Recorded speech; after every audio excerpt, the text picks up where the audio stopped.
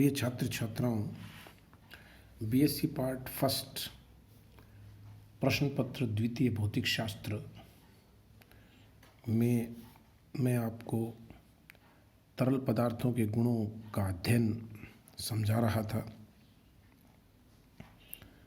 मैंने कुछ परिभाषाएं देकर आपको एब्सोल्यूट प्रेशर यानी दाब और गेज प्रेशर के बारे में बताया था। मैं प्रारंभ में स्थिर द्रव से संबंधित गुणों की व्याख्या करने जा रहा हूं। तत्पश्चात हम बहते हुए द्रवों की गतिकी का भी अध्ययन करेंगे।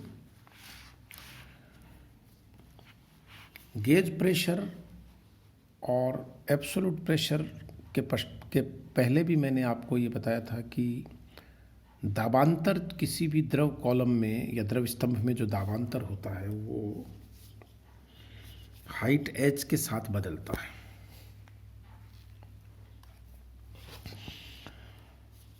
और ये उस पात्र जिसमें द्रव भरा है उसके काट क्षेत्रफल पर निर्भर नहीं करता और न ही उसकी द्रव की मात्रा पर निर्भर करता है। यानी चाहे गिलास हो चाहे बाल्टी हो, अगर दोनों में द्रव की ऊंचाई समान है तो टॉप लेवल और बॉटम लेवल पर जो दाबांतर है वो समान आएगा। कुल दाब बदल सकता है। कुल दाब इसलिए बदल सकता है कि कुल दाब, मान लो आपने एक पात्र में ऊपर वैक्यूम कर रखा है, दूसरे पात्र में वायुमंडल है, तो दाब बदल जाएगा। ये आपको ध्यान रखना है। लेकिन दाबांतर कभी नहीं बदलेगा। दाबांतर केवल द्रव स्तंभ की ऊंचाई पर ही निर्भर करता है। अब मैं आपको आर्किमिडीज का प्रिंसिपल यानी सिद्धांत आज समझाता हूं। आर्किमिडीज का सिद्धांत और उससे संबंधित कुछ छोटे छोटे सवाल भी कराऊंगा जो आप के लिए भौतिक शास्त्र के प्रति आप में रुचि पैदा करेंगे। आर्किमिडीज का सिद्धांत। आर्किमिडीज बहुत ही पुराने एक वैज्ञानिक हैं जिनका भौतिक शास्त्र में काफ़ी इज्जत से नाम लिया जाता है। उनके बारे में एक कथा प्रचलित है कि भाई राजा ने कहा, राजा को जैसे किसी ने सोने का मुकुट भेंट किया और भेंट करने वाले ने कहा कि महाराज ये शुद्ध सोने का बना हुआ मुकुट है। तो राजा ने आर्किमिडीज को ये काम दिया कि आप ये सिद्ध करें कि यह वास्तव में शुद्ध सोने का है अथवा नहीं, या इसमें मिलावट है, और वरना आपको मृत्युदंड दे दिया जाएगा।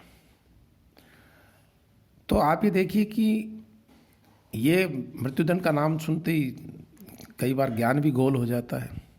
बड़ी चिंता में थे। फिर ऐसा, ये मैंने जो पढ़ा है वो मैं बता रहा हूँ। मैंने भी किताबों से ही पढ़ी ये बातें। तो फिर वो चिंता में जैसे नहाने के लिए टब में उतरे तो उन्होंने देखा कि अचानक मेरा जो भार है वो थोड़ा कम हो गया। मुझे अपने आप को हल्का महसूस किया पानी के टब में। जैसे ही उन्होंने अपने शरीर को डुबोया और पानी का टब पूरा भरा हुआ था तो निश्चित है कि कुछ पानी बाहर भी निकला। तो उनके मन में एक प्रश्न आया कि भाई जितना मुझे भार जो कम हुआ है वो क्या इसका इससे संबंध है, कोई पानी जो बाहर निकला है। जैसे मैं इसको एक चित्र से समझाता हूँ। मान लीजिए ये पानी का टब है, पूरा भरा हुआ टॉप लेवल तक। ये दूसरे पात्र में रखा हुआ टब है। अब इसमें आप पात्र में एक पदार्थ, मान लीजिए आपने कोई ऑब्जेक्ट को डुबो दिया।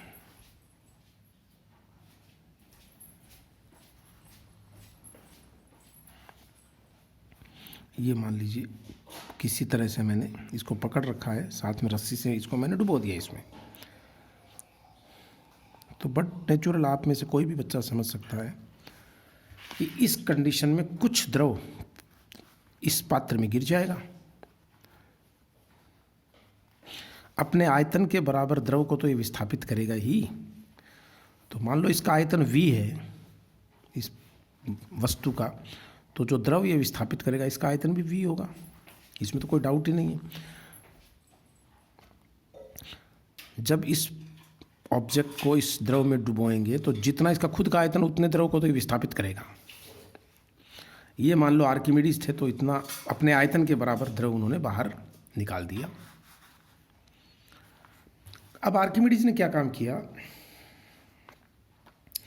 कि मान लो वस्तु का हवा में भार W है, ध्यान देना मेरी बात पे। मान लो हवा में भार जो है वो W है इस वस्तु का, मैंने यहाँ पे एक स्प्रिंग बैलेंस बांध रखी है इसके साथ। वो स्प्रिंग बैलेंस जैसे ही इसको पानी में हमने या द्रव में डुबोया, मान लो W' शो करती है, यानी अब ये भार कम बताएगी। ये भार W था, ये W'। तो आर्किमिडीज ने क्या नोटिस किया कि जो भार में कमी आई है, कमी कितनी हो गई? W माइनस W', ये कमी आ गई। और ये कमी किसके बराबर हुई?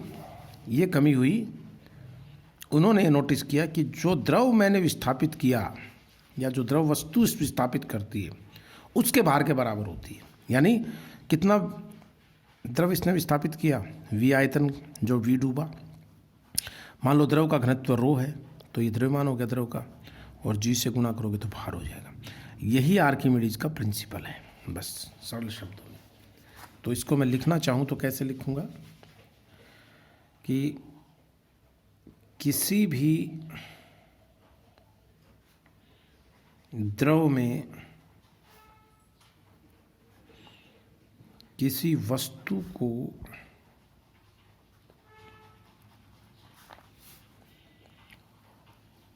डुबोने पर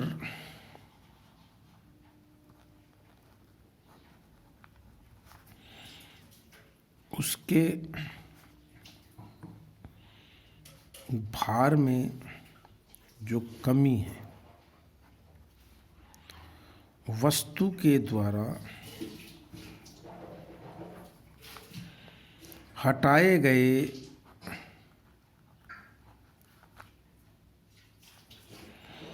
द्रव के भार के तुल्य होती है।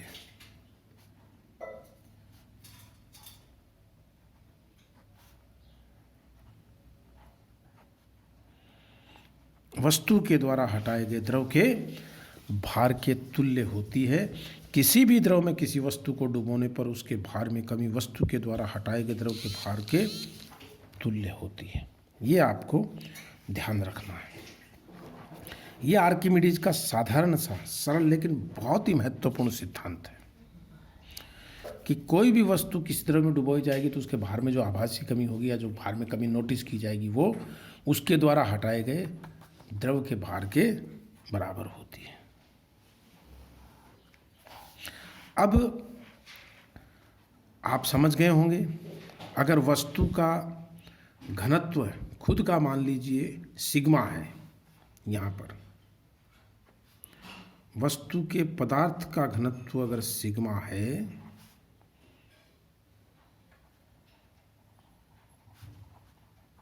तो प्यारे बच्चों W क्या लिखा जाएगा?